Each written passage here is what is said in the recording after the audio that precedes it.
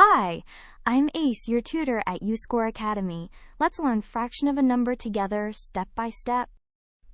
When someone says a fraction of a number, the word of just means divide by the bottom.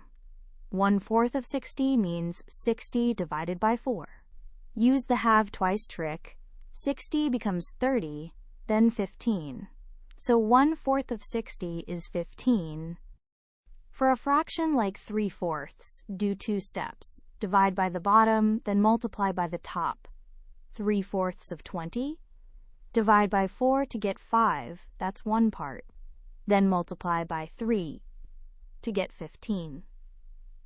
Bottom first to find one part, top next to count your parts.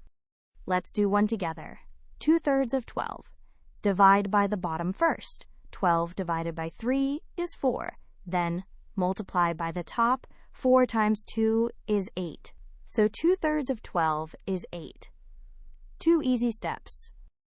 Now you try. 3/4 of 60. Divide by 4 first. 60 divided by 4 is 15, which is 1/4. Then multiply by 3.